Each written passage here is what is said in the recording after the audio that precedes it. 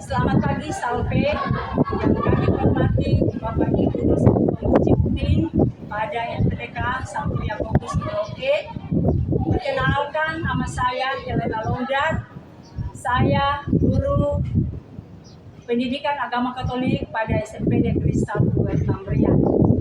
Pada hari ini saya akan melaksanakan video pembelajaran dengan tema Yesus memanggil murid-muridnya. Terima kasih, silakan menyaksikan.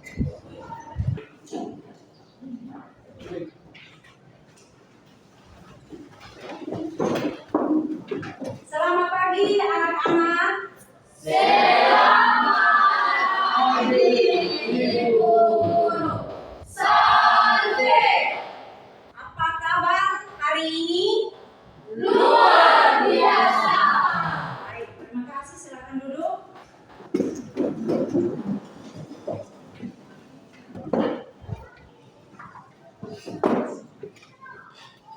Apakah ruangan kelasnya sudah bersih dan rapi? Sudah, Ibu. Baik, sebelum kita lanjut pembelajaran hari ini, saya mengundang salah satu orang untuk maju ke depan memimpin kita dalam doa.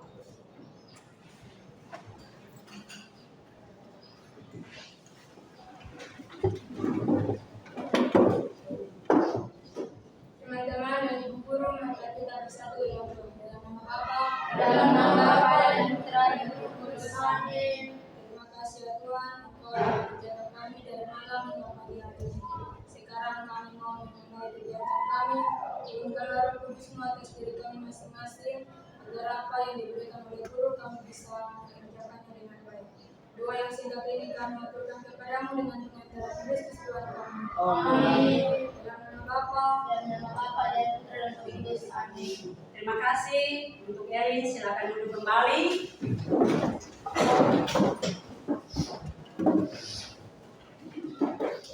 Apakah hari ini semua hadir? Hari Ibu. Akan menyaksikan sebuah lagu Dengar panggil nama saya. Silakan berdiri.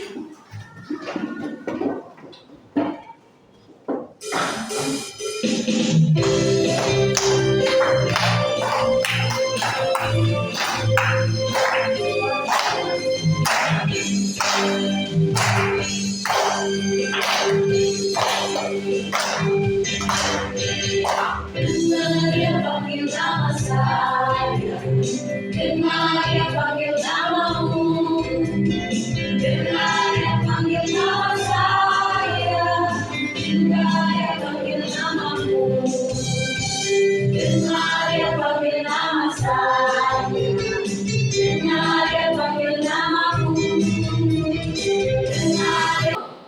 Apakah kalian pernah dipanggil oleh seseorang? Siapa yang bantu bisa menjawab? Ya, Ibu, saya pernah dipanggil seseorang. Baik, terima kasih. Bagaimana tanggapan Anda atau kalian terhadap panggilan tersebut? Ada yang bisa bantu jawab? Silakan berdiri. Saya merespon dan langsung meninggalkan tempat duduk saya dan berdiri menemui orang yang memanggil saya. Baik, terima kasih. Silakan duduk. Hari ini kita akan melanjutkan pembelajaran kita dengan tema Yesus memanggil murid-muridnya. Tujuan pembelajaran yang hendak dicapai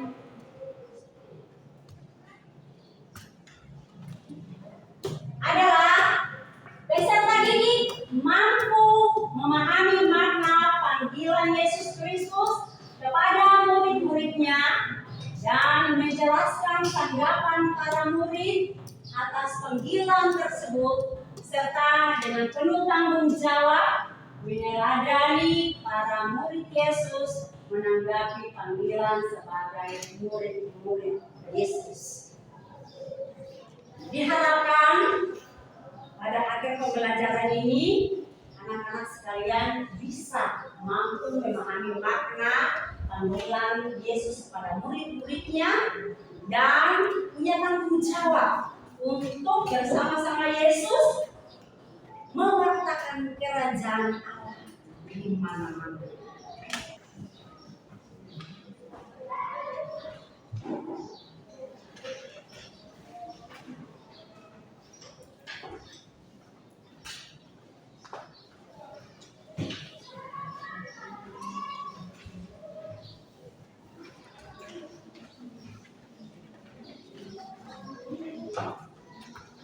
Sekarang kita akan duduk tenang dan menyimak sebuah video Yesus memanggil murid-muridnya.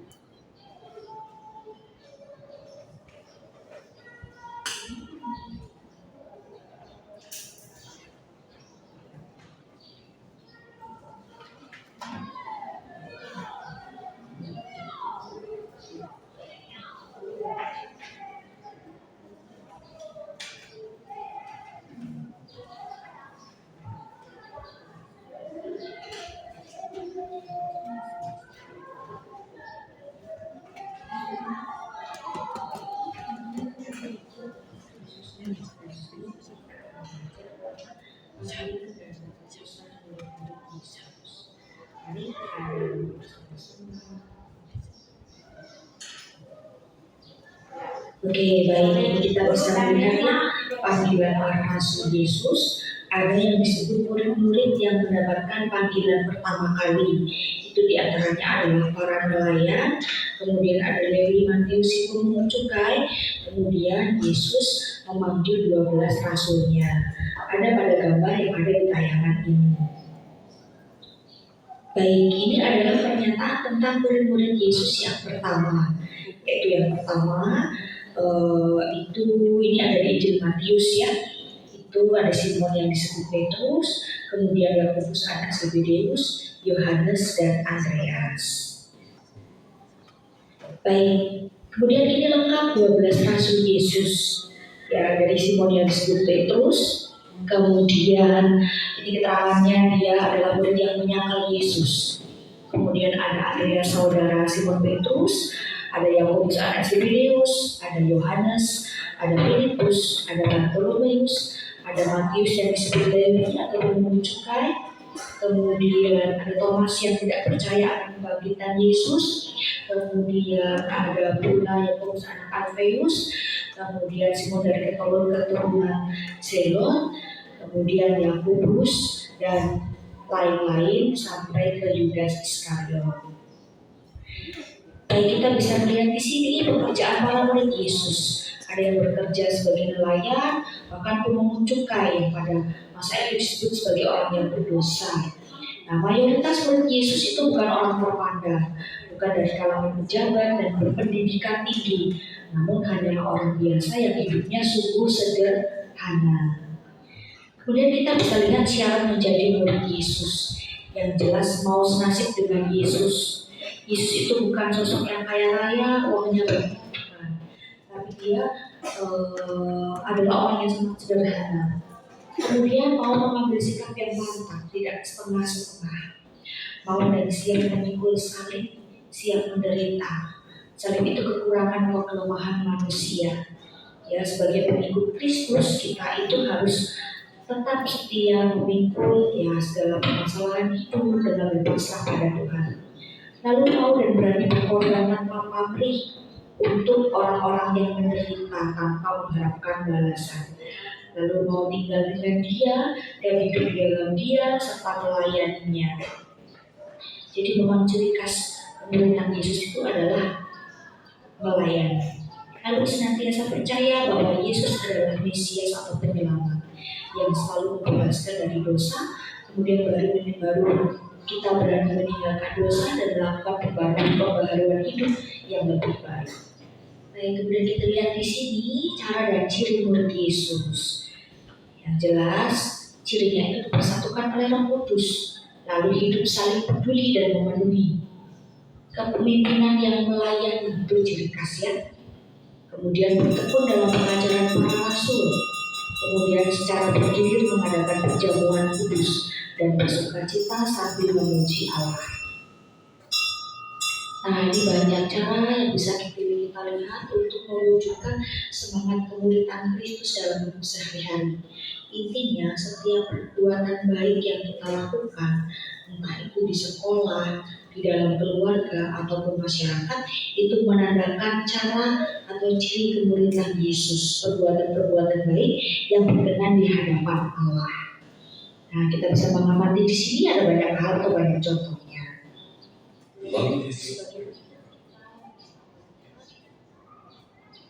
Yesus tidak memulai pelayanannya sendirian. Salah satu tindakan pertama yang dia lakukan adalah memanggil murid-murid untuk mengikuti dia.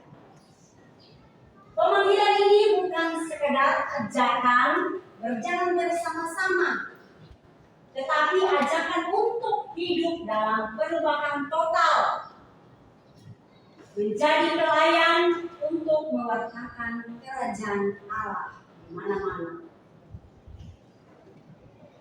Kutipan ini terdapat dalam Injil Matius bab 4 ayat 18 sampai 22, Injil Markus bab 1 ayat 16 sampai 22, dan Injil Lukas bab 5 ayat 1 sampai 11, Yohanes bab 35 ayat 51. Urutan pemanggilan 12 murid Yesus. 1. Simon yang disebut Petrus. Pekerjaan sebelumnya adalah sebagai nelayan. Terdapat dalam Injil Matius bab 4 ayat 18 dan Yohanes ayat 1 sampai 42. Bab 1 ayat 42. Andreas juga pekerjaannya sebagai seorang nelayan. Dalam Injil Yohanes bab 1 ayat 20 sampai 22. Yang ketiga, Yakobus anak Zebedeus sebagai seorang nelayan juga pekerjaannya. Dapat dalam Injil Matius bab 4 ayat 21. Kemudian Yohanes anak Zebedeus juga kerjaannya sebagai seorang nelayan. Dapat dalam Injil Matius bab 4 ayat 21. Kemudian Filipus terdapat dalam Injil Yohanes bab 1 ayat 43. Thomas yang disebut Didimus dapat dalam Injil Yohanes bab 1 ayat 45 sampai 49. Bartolomeus yang disebut Nathanael terdapat dalam Injil Matius bab 9 ayat 9. Matius seorang Lewi pemungut cukai, pekerjaannya dia pekerjaannya menagih pajak. Kemudian Yakobus anak Alfeus, Simon orang Selot, Yudas anak Yakobus, dan Yudas Iskariot. Kita lihat karakteristik panggilan Yesus. Pertama, pribadi. Yesus memanggil masing-masing murid Yesus itu secara langsung. Kemudian yang kedua, mengubah hidup. Yesus berkata, ikutlah aku dan kamu akan kujadikan penjala manusia. Artinya Yesus mau bersama-sama dengan para murid itu mau mewartakan sabda Allah. Yesus mau menjadikan mereka sebagai penjala manusia. Mau bersama-sama Yesus mewartakan kerajaan Allah. Akhirnya yang tadi dari 12 murid itu mereka bertambah banyak menjadi 3.000 jiwa. Dan sampai sekarang mungkin kurang lebih 1 miliar jumlah jiwa atau jumlah orang yang mengikuti ajaran Yesus. Kemudian penuh otoritas. Mereka langsung meninggalkan pekerjaan mereka, dan mengikuti Yesus. Jadi Yesus memanggil para murid itu, mereka tidak tawar menawar lagi. Yesus memanggil Simon yang disebut Petrus dan Andreas saudaranya, langsung mereka tinggalkan jalan mereka, terus perilaku mereka, dan mereka langsung mengikuti Yesus. Sama juga dengan Yakobus dan Yohanes sedang menebarkan jala dengan ayahnya Zebedeus. Mereka juga langsung tinggalkan ayah mereka, lalu perilaku mereka, jalan mereka, dan mengikuti Yesus. Menuntut pengorbanan. Jadi mau menjadi murid Yesus berarti meninggalkan keluarga, pekerjaan, masa depan, dunia. Jadi mau menjadi murid Yesus berarti kita harus rela berkorban. Kita harus memikul salib dan mengikuti Yesus. Kita tinggalkan berbagai kesibukan pekerjaan, keluarga, harta, istri, anak, dan kita dengan hati tulus mau mengikuti Yesus untuk mewartakan kerajaan Allah. Kita masuk pada makna spiritualitas dari pemanggilan pada murid Yesus. Satu, mengikuti Yesus berarti menyerahkan hidup kepada pimpinannya. Kita menyerahkan seluruh hidup kita kepada pimpinan Yesus. Jangan lalu berpikir bahwa siapnya mama lagi buat apa sana, siapnya anak masih belum makan. Tidak perlu memikirkan itu. Karena Yesus menjamin setiap orang yang mau mengikutinya, menjamin keselamatannya. Tuhan akan menggerakkan setiap orang untuk mau membantu keluarga yang Anda tinggalkan. Kemudian yang kedua, murid-murid tidak hanya belajar meneladani hidup dari Yesus. Jadi mereka tidak hanya belajar, tapi mereka mau terlibat langsung untuk bersama Yesus meletakkan kerajaan Allah di dunia dan di mana saja, dan lebih khusus lagi dalam kehidupan nyata mereka setiap hari. Yang berikut, Yesus memanggil murid-muridnya karena suatu kelayakan, melainkan kasih karunia Tuhan Yesus sendiri. Jadi Yesus memanggil mereka itu, Yesus tidak melihat bahwa mereka punya anak dan kedudukan yang tinggi, mereka adalah orang hebat, mereka punya harta berlimpah ruah, mereka hidup mapan, serba mewah, tidak. Tapi Yesus memanggil orang-orang yang sederhana, para nelayan, orang-orang yang tersingkirkan, orang-orang yang hidupnya miskin, yang tidak dihiraukan, sebagai pendamping atau sebagai partner dalam mewartakan kerajaan Allah. Silakan berdiri. Silakan berdiri.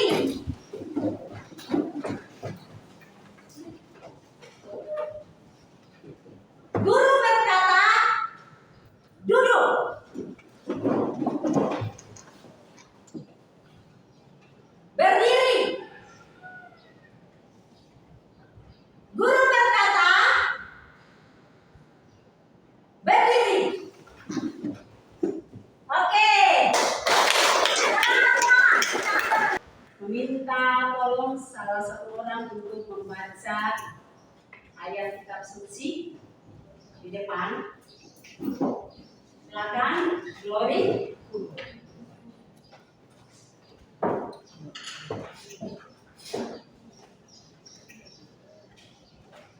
Inilah Injil Yesus menurut Matius bab 4 ayat 18 sampai 22. Yesus memanggil murid-murid yang pertama. Dan ketika Yesus sedang berjalan menyusur danau Galilea, ia melihat dua orang bersaudara, yaitu Simon yang disebut Petrus dan Andreas saudaranya. Mereka sedang menebarkan jala di danau, sebab mereka penjala ikan. Yesus berkata kepada mereka, "Mari, ikutlah aku, dan kamu akan kujadikan penjala manusia." Lalu mereka pun segera meninggalkan jalannya dan mengikuti dia.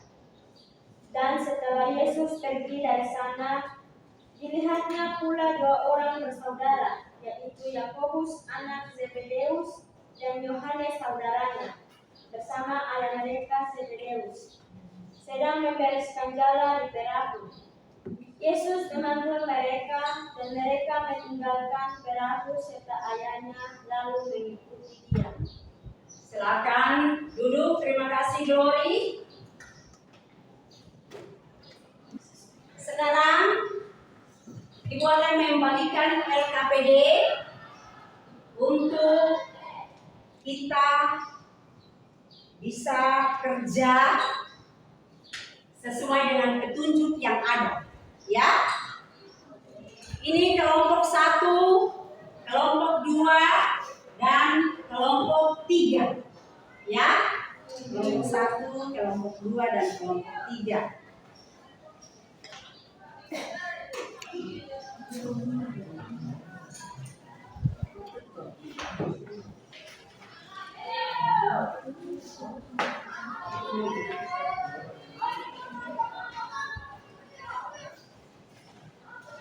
Kelompok 1 akan menggambarkan dua orang murid yang dipanggil Yesus pertama.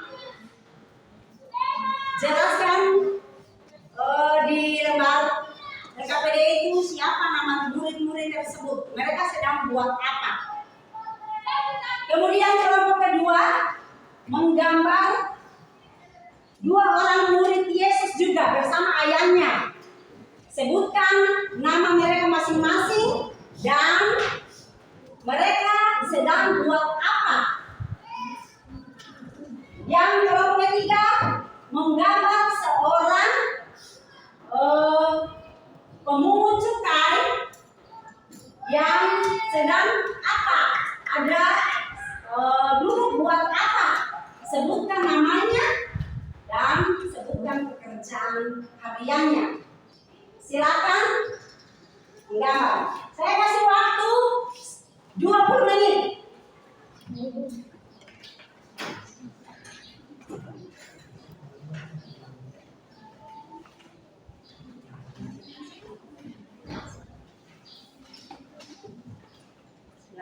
Silakan Bang.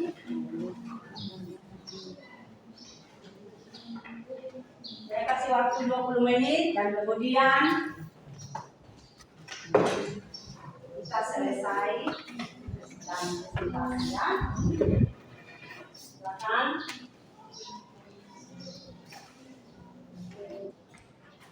Terima kasih atas kesempatan yang diberikan kepada kami kelompok 1. Kami akan mempresentasikan hasil kerja kami. Sebelum itu, perkenalkan nama saya Adelina Remaja dan di samping kanan saya. Perkenalkan nama saya Raymondus Fadesial. Di sini saya akan membacakan sesuatu. Ini adalah hasil kerja kami. Di sini kami menggambar dua orang bersaudara yang sedang membersihkan jalan mereka, dan di sini ada Yesus yang sementara memanggil mereka dan mengikuti Yesus. Kemudian di sini ada penjelasannya, yaitu ketika Yesus sedang berjalan di pantai Danau Galilea, ia melihat dua nelayan, yaitu Simon yang dinamai juga Petrus dan adiknya Andreas. Mereka sedang mencuci jala mereka. Kemudian, apa pesan atau makna dari panggilan tersebut bagi kalian sebagai seorang Kristen dan pelajar? Pertama, kesediaan untuk menjawab panggilan Tuhan. Makna, Simon dan Andreas langsung meninggalkan pekerjaan mereka sebagai nelayan ketika Yesus memanggil mereka. Terdapat dalam Injil Matius bab 4 ayat 18 sampai 20. Bagi orang Kristen dan pelajar, kita diajak untuk peka terhadap panggilan Tuhan dalam hidup baik dalam hal iman, pelayanan, maupun dalam tanggung jawab sebagai pelajar. Artinya, siap menjawab dengan tindakan nyata saat Tuhan mengarahkan kita untuk melakukan kebaikan atau tugas tertentu. 2. Meninggalkan zona nyaman.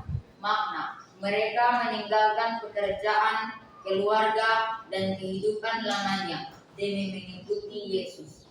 Bagi pelajar, kadang kita harus meninggalkan kebiasaan buruk, lingkungan yang tidak mendukung, atau kenyamanan tertentu demi bertumbuh secara rohani dan pribadi. Misalnya, lebih disiplin, jujur dalam ujian, dan rajin dalam belajar. 3. Menjadi penjala manusia. Makna, Yesus berkata bahwa mereka akan menjadi penjala manusia. Artinya, mereka akan membawa orang lain kepada Tuhan. Bagi pelajar, kita dipanggil untuk menjadi pengaruh positif di sekolah atau lingkungan, menjadi contoh dalam sikap, perkataan, dan tindakan yang mencerminkan kasih Kristus. 4. Mengikuti Yesus adalah proses pembentukan. Makna, Petrus tidak langsung sempurna. Ia pernah ragu dan menyangkal Yesus, tetapi ia dipulihkan dan menjadi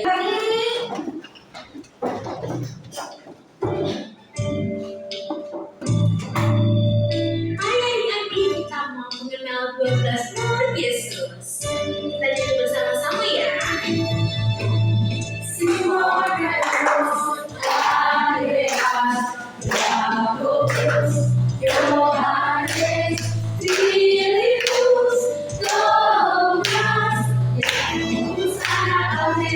yang hidupnya sederhana sebagai seorang nelayan, juga termasuk orang berdosa. Yesus panggil mereka karena dalam firman-Nya itu dia datang untuk orang berdosa, bukan untuk orang benar. Jadi dia sedangkan mata dan kita berefleksi tentang materi pembelajaran hari ini. Tuhan, Engkau memanggil murid-murid-Mu menjadi partner, menjadi teman, mau datang belajar, melihat, dan mewartakan kerajaan Allah. Terkait dengan pembelajaran di hari ini.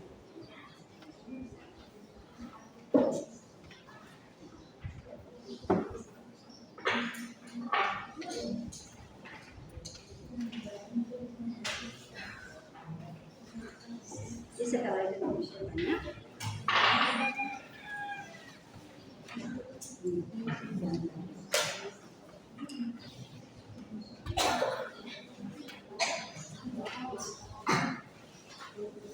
Tentang cara hidup murid Yesus. Sudah? Sudah, Ibu. Sampai di sini akhir pembelajaran kita di hari ini.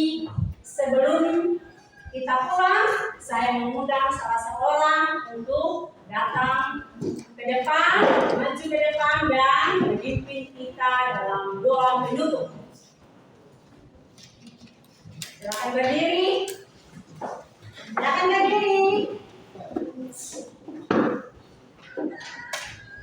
Teman-teman dan Ibu Guru, mari kita berdoa. Karena Bapa, Dalam Bapa dan Putra dan Roh Kudus. Amin.